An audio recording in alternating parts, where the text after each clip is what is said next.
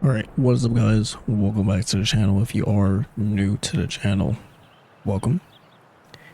And if you are returning to the channel, welcome back. Now, leave a like on the video if you have not yet. I'm going to be giving my thoughts and opinions on Wuthering Waves after playing the game for 40 plus hours. Honestly, I have played the game more hours, about like 50 to 60, but I'm not going to include hours of me just grinding out bosses because that's not like real hours, to be honest. That's just me mindlessly trying to beat a boss over and over again. So real actual playtime hours, about 40 hours. So honestly, right now I am level 32, gonna be level 35 soon. But after level 35, there's nothing new in the game besides tactical hologram. Tactical hologram unlocks its last levels at level 35. So once you do hit level 35, the game is pretty much done from there. There's nothing more to do in the game besides the abyss system, and that's pretty much it. Probably just farming echoes to see how much damage you can really do. But there's no real point in farming for echoes when the game is going to reset anyways. Now, I'm hoping when Yinlin comes out, because she's supposed to be coming out in about 5 days from now, that they do add a little bit more content to the game. Maybe a new game mode or something like that. Something that we can try out. If they don't, then, I mean, it's just going to be the same beta for about the rest of the month. Now, going into Wuthering Waves, I'm going to talk about some of the good, some of the bad, in my opinion, and some things that I'm not really too sure on, but hopefully it ends up changing in the future. So we'll go over the pros about the game, because there are some really good pros. So number one is the hardcore content of the game. I think a lot of people are going to really like the bosses because obviously it's something different. It's something different to help hardcore players or more dedicated players to the game to be able to actually use the gear that they actually farmed, or just their progression within the game, to be able to test it on things that actually challenge their skills. You guys can check out any tactical hologram videos on my channel or just on YouTube. Bosses are not easy. Are they doable? Of course they're doable, but are they easy? Absolutely not.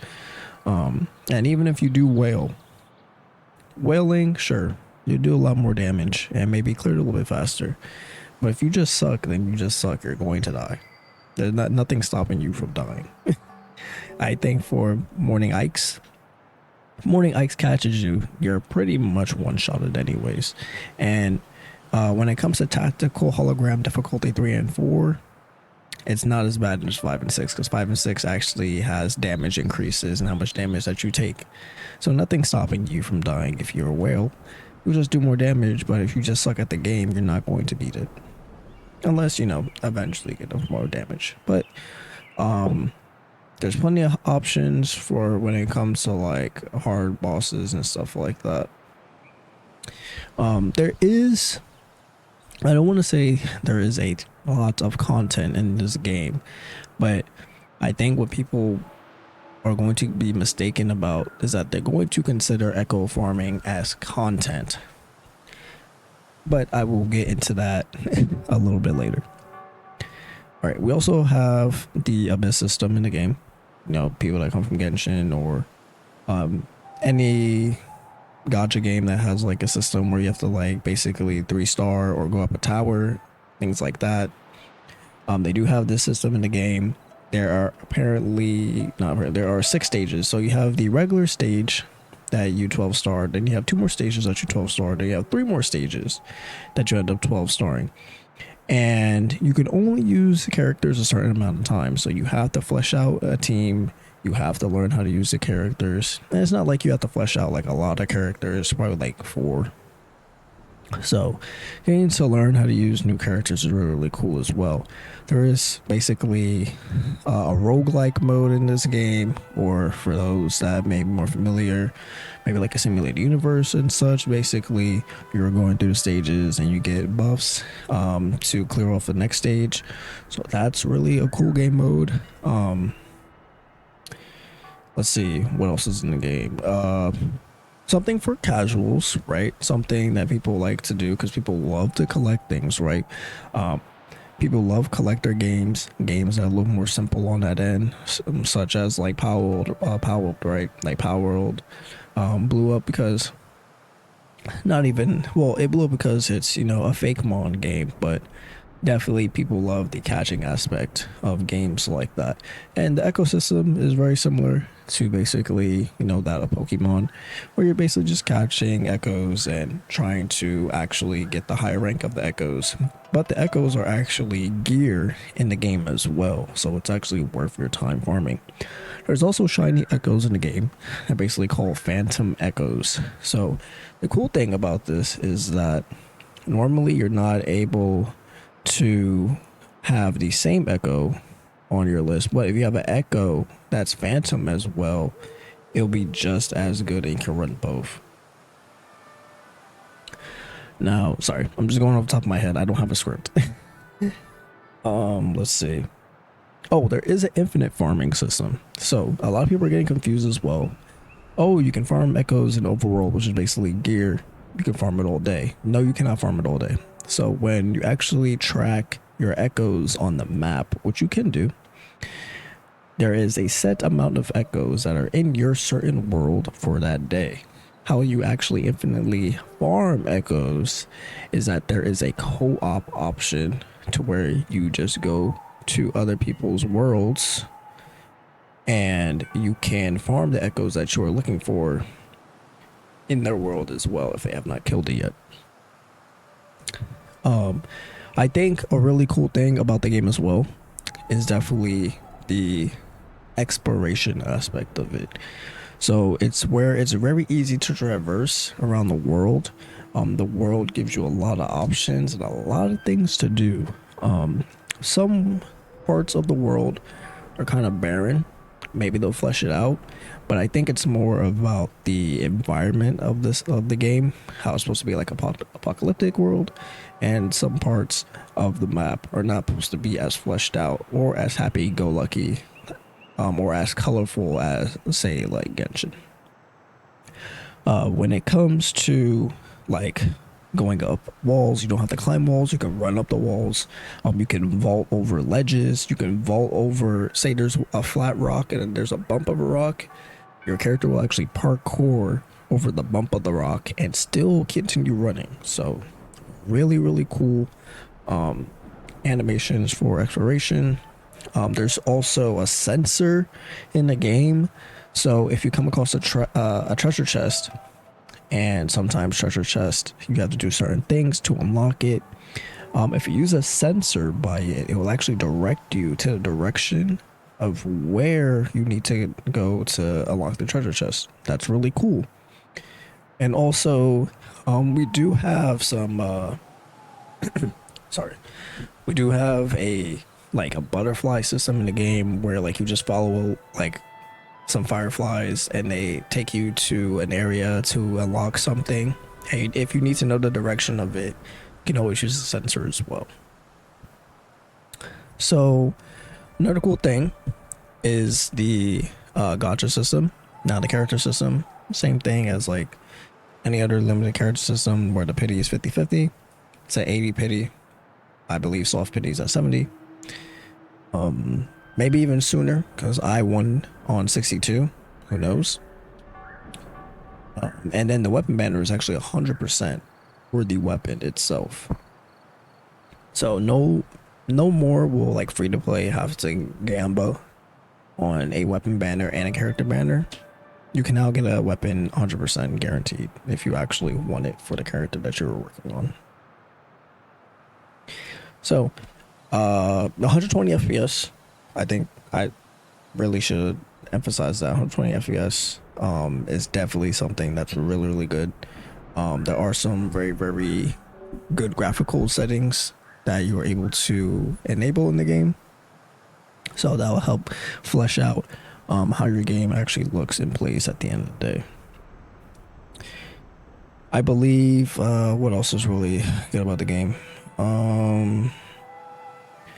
Okay, I think character building feels really good in the game. I think the character designs look amazing.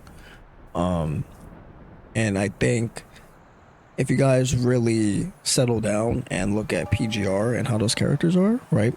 As I'm making this video, you know, Alpha, her new version came out. Imagine a character like Alpha in Wuthering Waves. See what I mean?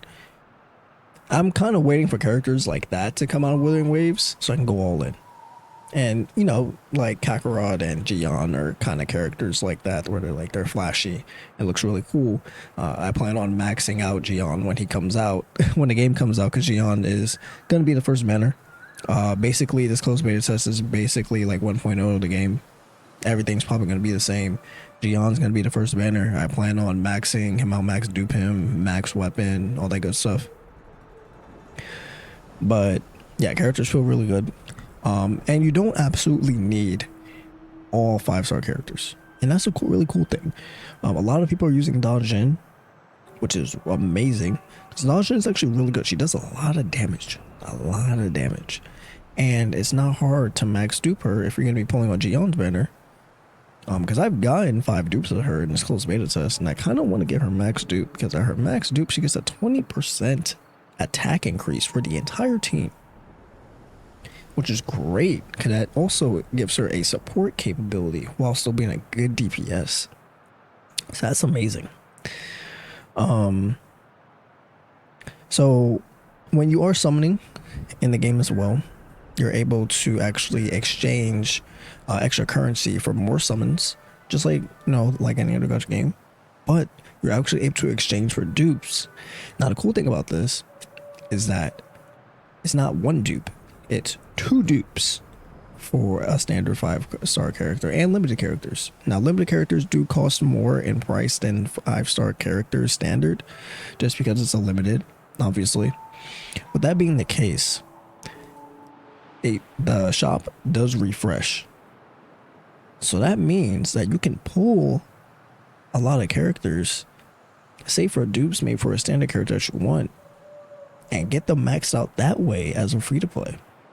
So when you're pulling on these limited banners, and say maybe you get lucky, and obviously, you know, a lot of people for someone on limited banners are not going to go all in to the point where, you know, they're not going to use the 2 dupes for the limited. But the 2 dupes for a limited cost $340 compared to the standard for $270.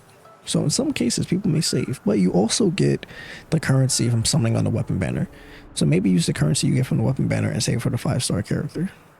So it gives free-to-play players a good flexibility to actually dupe characters out, and I actually do like that.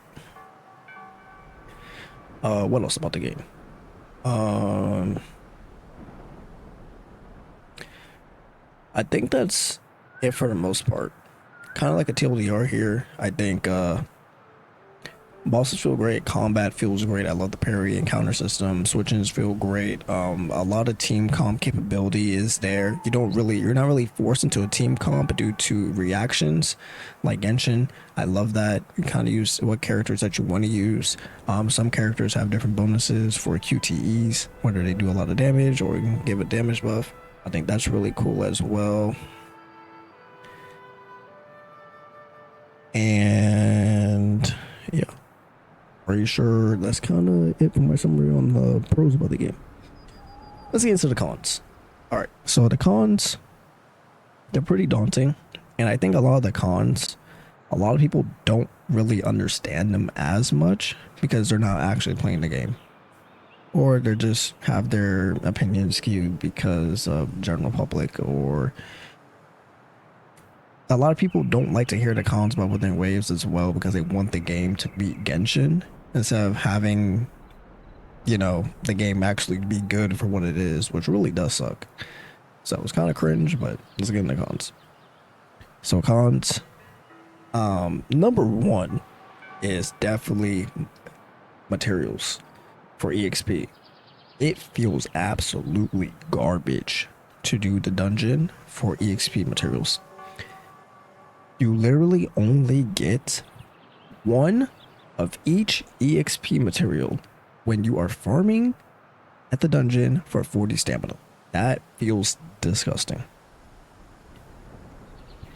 If you're farming full 240 stamina on the EXP dungeon for echoes, that is barely enough to get one echo, and you might get 2 EXP here and there. That's barely enough to get a 15 echo, a level 15 echo when the max level is level 25 at a rank 5 echo.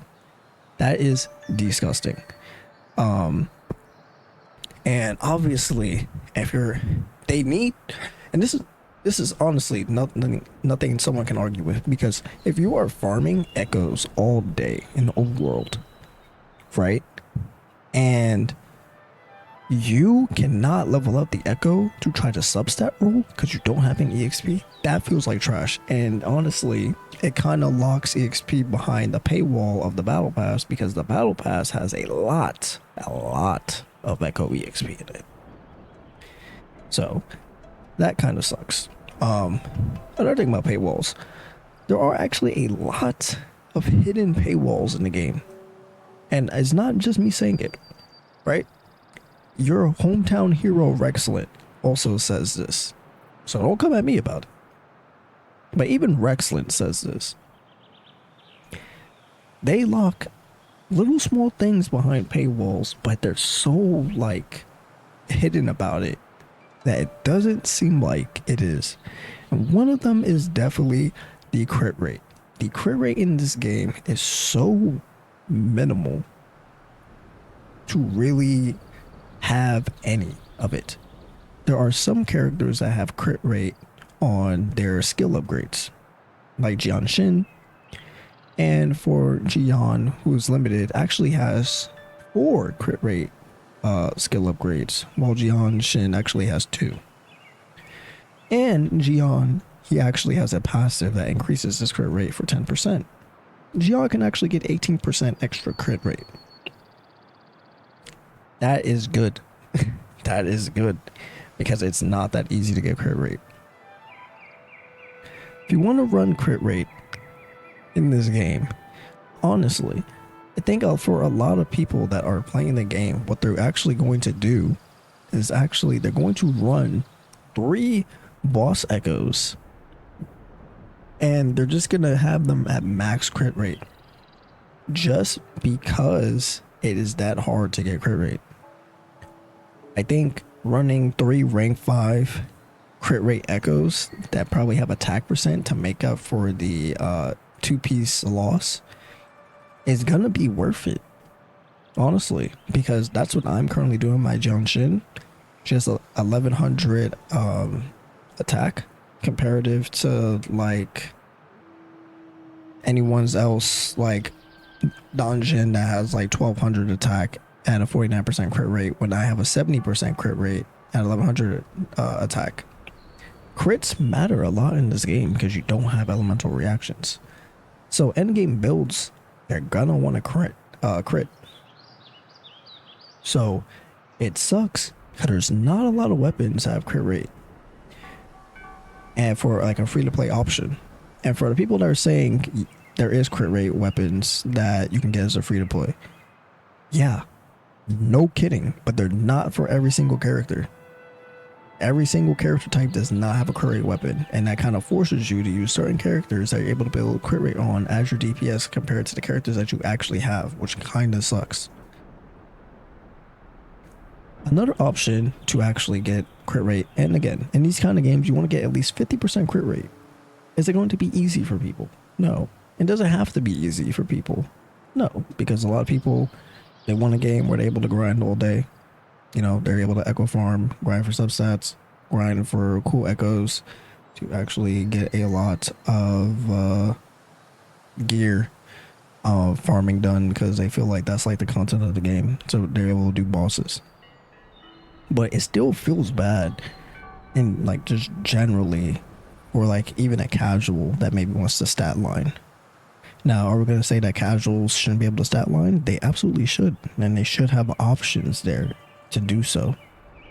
Might not be the most optimal options to get maybe crit damage, but at least the options are there for them. Let's see. I think this is like more of like a casual thing. Honestly, I think I kind of prefer the CBT1 story over the CBT2 story, and it's very unfortunate because obviously they're not going to change the story after they just changed it. But that being the case for a lot of free-to-play, not free-to-play, a lot of casual players who are more like storyline gamers, I feel like some will like it, but I feel like majority is not really going to be messing with it as much.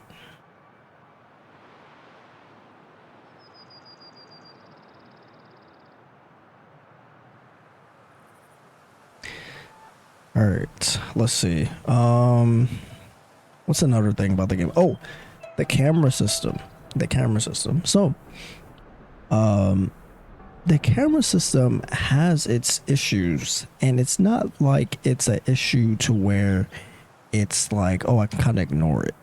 No, the camera has a lot of issues to it to where you feel it, because when you're fighting bosses and you're camera locking, if they like zoom somewhere, it messes up the entire camera. You have no idea where it's at. I feel like there's a skybox layer in the holograms to where if a character goes up too high, you won't be able to track them. Morning Ikes, if your camera's not fast enough to move around to see where Morning Ikes is when it's in the air, it's probably gonna come down, grab you, and kill you, right? I feel like also this is like a minor like issue that I have, very small issue, but I feel like some attack detections aren't really that visible to know when to dodge or to counter.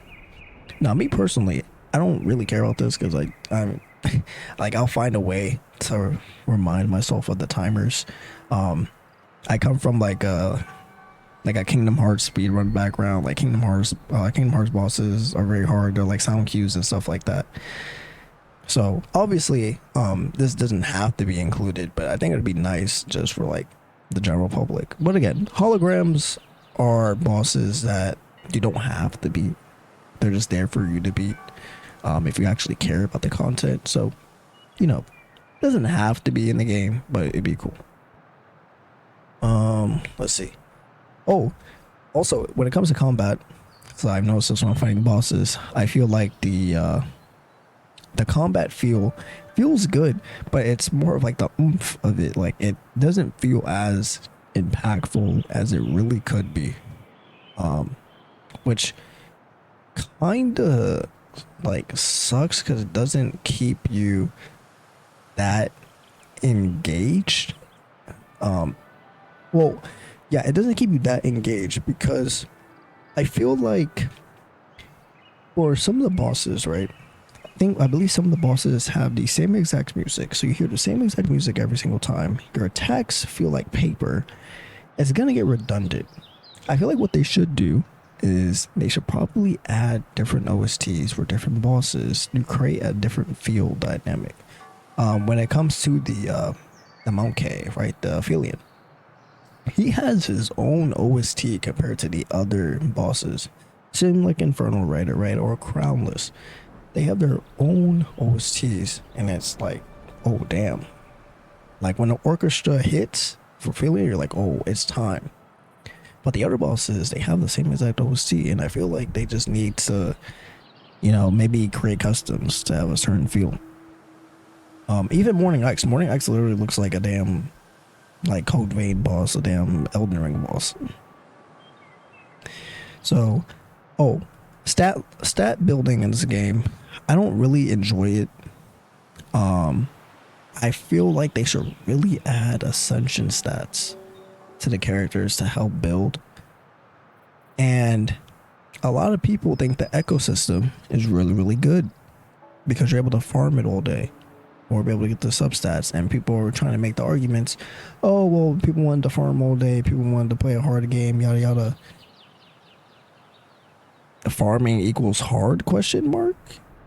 Feeling trash to farm all day to only get one piece of gear after 5 hours is hard? A question mark? Like, I'm not really understanding that. First of all, a lot of people don't know this about the substat lining. The substat lining, it's not just that you are able to low roll and max roll. It is a 0.1 value of the substat. You can get basic attack damage 4.1, 4.2, 4.3, 4.4, 4.5, 4.6, all the way up to 7%. Do you know how disgusting that feels? Why wouldn't they just make it like half value? 6.5, 7.5.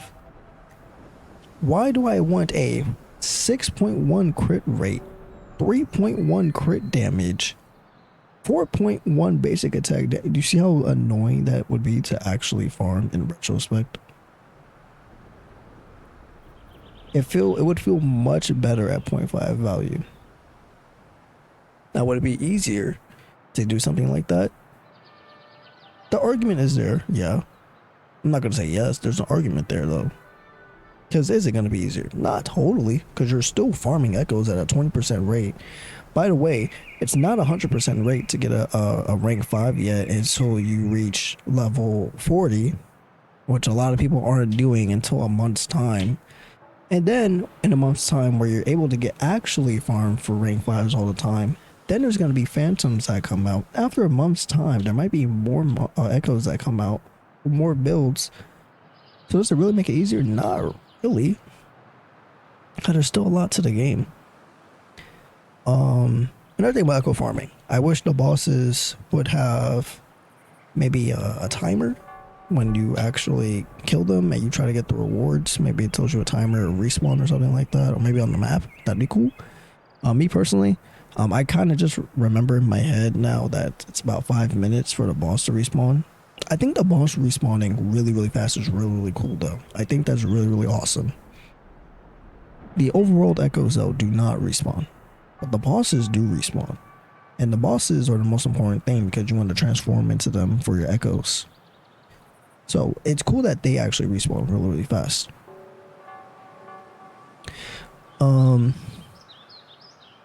Let's see what else. Oh, the gear farming that costs stamina is trash. Absolutely trash. There is no reason for you to do them at all whatsoever. There is a preset of what echoes are actually in there. And at the end of the day, you may not even want those certain echoes. It's totally useless. It costs 60 stamina, which is disgusting. And it's still a chance to get absolutely trash low roll. And I think only one rank 5 after farming. And I think it's one of those things where it's like the gear dungeon in Genshin where it won't be actually useful until really later on. Like rank 55, like I think it's AR 55 right for Genshin. Don't remember, I haven't played Genshin in 2 years, but it's gonna be a while and it's not gonna be worth it. And to be honest, you shouldn't even be farming echo dungeons in this game, because guess what, you don't get EXP to do anything in this game, so you're just gonna be farming that all day anyways. There's literally nothing you can use stamina on in this game besides echo farming for EXP. Let's see. Things that are probably gonna be fixed is like text. There's a lot of bad text. A lot of bad text in this game. A lot of confusing text as well.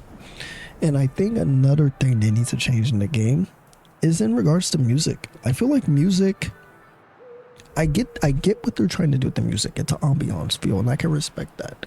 I can respect the value of that. It's definitely an ambiance feel. But I feel as though that something should just be more memorable, right? A viewer of mine, Nustad, right? And, you know, this can just be ignorance is bliss, right? But I was actually in this town right here and the music was playing and they were like, oh, is it that Genshin Chinese city music? And I'm like, no, it's not Layaway. Now, for those that are actually listening to, you know, understand like Chinese music and strings and stuff like that, you can tell an actual difference between, you know, this city and, you know, Layaway's theme, right? but that's how memorable that music is, that you're like, oh, well, is this music from here? And obviously I joked with him, but like, I get it. I totally get it. There are very few songs in the game that is memorable. And is that a bad thing? It's more like a picky kind of thing, right? I feel like if you understand the world building of the game, not everything is supposed to be like, you know, generic YouTube remembrance, you know, of the brain. I'm gonna listen to this song track for 1 hour and stuff like that. But it would still be nice for, you know, the casual audience to keep them involved in the game.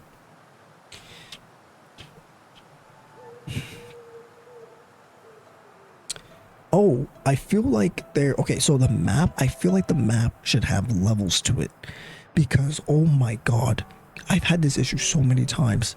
When I'm trying to find something on the map, I cannot tell what layer of the world it is in, meaning I don't know if it's on high ground, medium ground, or underground. And I really wish that there was actually layers to the map to show you, and it doesn't need to do maybe a high ground, but have the regular ground and a lower ground, so I'm actually able to see, okay, is this boss underground or is this echo underground? It's really annoying to try to figure out where the entryway for undergrounds are at. Now, the cool thing about this, okay, is that they actually let you have waypoints in the game that you're able to teleport to, that you can place yourself. Waypoints are basically like a mini teleporter that you can put. So maybe you could just put those in underground places where you normally farm. But I feel like they should just quality of life it, just for people that are not probably gonna know how to do that, or just don't do that at all.